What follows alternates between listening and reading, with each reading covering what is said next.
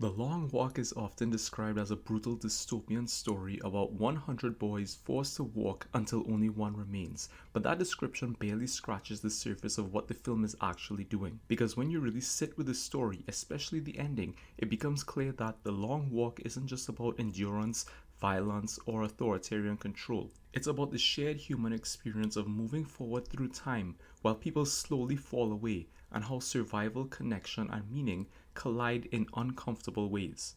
From the very beginning, The Long Walk establishes something deeply familiar. Everyone starts together, different backgrounds, different personalities, different strengths and weaknesses, but the same road. No one is given a map, no one is told how long they'll last, no one knows who will still be standing at the end. Some walkers are physically stronger, some are more mentally resilient, some are simply luckier, and some fall early despite doing everything right. That feels painfully honest. People don't last longer because they deserve it. They last because circumstances line up in their favor. Strength helps, but it doesn't guarantee anything. Weakness doesn't immediately disqualify you. Timing, randomness, and invisible variables matter just as much as effort. Ask yourself this while watching the film. How many times do characters do everything they're supposed to do only to still fail?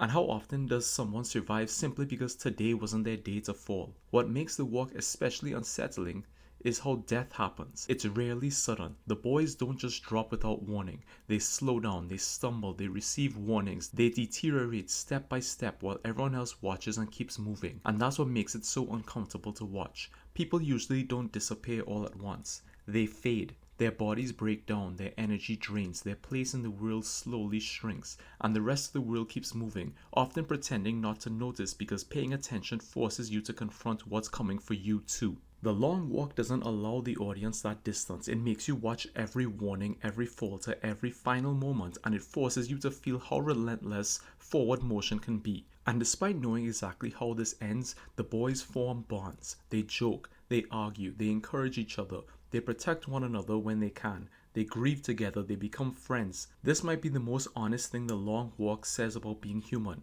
Even when we know everyone we care about will eventually be gone, we still connect, we still care, we still let people matter to us. The walk turns that instinct into a danger. Friendship becomes risky, attachment becomes something that can slow you down, but the boys can't stop themselves from caring just like we can't. Did you notice how the deeper the bonds become, the harder the walk is to endure? That isn't accidental. This is where the idea of winning starts to fall apart. The prize is anything you want for the rest of your life. On paper, that sounds like success, happiness, fulfillment, everything people chase. But the longer the walk goes on, the emptier that promise feels. What does winning even mean when the cost is watching everyone around you disappear, sometimes because of weakness, sometimes because of bad luck, and sometimes because of one small mistake made at the wrong moment? The film quietly asks a devastating question. If survival requires you to outlast everyone else, what exactly are you surviving for? The ending reframes everything, especially the relationship between Ray Garrity and Pete McBride. By the final stretch, Pete is breaking down. He's exhausted, physically and emotionally spent. Ray knows it, Pete knows it, and instead of leaving him behind, Ray does the most human thing possible. He helps him keep walking. He supports him, he carries him, he refuses to let him fall alone. In the rules of the walk, this is unforgivable. Stopping is death. Slowing is death. Helping someone who can't continue is death. And Ray understands that. He isn't confused, he isn't naive. When Ray stops to help Pete, he isn't making a tactical error, he's making a moral choice. For the first time, Ray chooses connection over survival. He chooses loyalty over motion. He chooses to stop in a world that has taught him stopping is the ultimate failure. And the Major responds immediately. Ray is executed. The system does exactly what it has always done. It punishes compassion. Ray doesn't die because he's weak. He dies because he refuses to let the walk turn him into someone who values staying alive over being human. His death changes the meaning of everything that came before it. Survival is no longer the highest value. Endurance is no longer automatically virtuous. Ray's choice forces the audience to ask an uncomfortable question. Is lasting longer worth it if the cost is abandoning everyone else? Pete is left alone carrying the weight of Ray's decision, and this is where the film makes its boldest move. Pete wins the walk. He's granted the wish, anything he wants for the rest of his life, and Pete doesn't ask for comfort. He doesn't ask for wealth. He doesn't ask for safety. He asks for a carbine. That choice is everything. Pete uses the prize not to reward himself, but to confront the system that made the walk possible. The carbine isn't about revenge in a simple sense, it's about understanding. Pete now fully sees what the Major represents. The Major isn't just an authority figure. He embodies the belief that progress matters more than people, that forward motion is sacred, and that sacrifice is acceptable as long as the system keeps running. He's the voice that says keep going no matter who falls behind.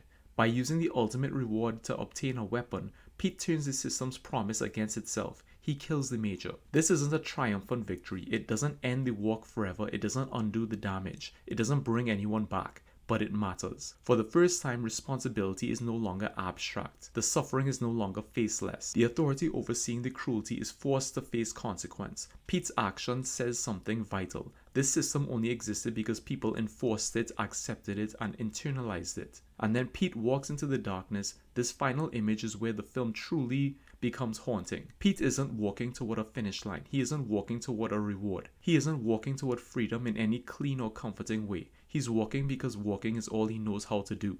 The walk defined existence as movement for so long that even after rejecting the system, even after killing its symbol, Pete doesn't know how to stop. That uncertainty is terrifying. Many people reject harmful structures, expectations, or definitions of success, only to realize they don't know what comes next. They know what they're against, but not what they're moving toward. Pete's walk into the darkness isn't hope, it isn't despair, it's ambiguity. It's the burden of continuing without instructions. Pete isn't standing there because he wanted to outlast everyone else. He's there because circumstance left him standing. He carries the weight of everyone who fell. He carries Ray's choice. He carries the knowledge that survival came at a cost, even when he tried to resist it. The darkness ahead isn't necessarily death, it's the unknown future. It's existing without rules, without warnings, without an audience counting your steps. For the first time, Pete is moving without a minimum speed, without soldiers, without chairs, and that freedom is almost as frightening as the walk itself. So when we ask where Pete walks to, the answer isn't a place. He walks forward carrying loss, memory, unresolved questions. The film refuses to give us closure because real experiences rarely do. People don't step off the road into clarity. They keep going while carrying what they've lost. The long walk stays with you because it refuses to comfort you. It tells you that people fall away, that strength and circumstance are tangled together, that caring hurts, that systems reward motion more than meaning, and that sometimes the bravest thing a person can do isn't to keep moving, but to stop for someone else, even when it costs them everything. Thank you for listening. I appreciate it.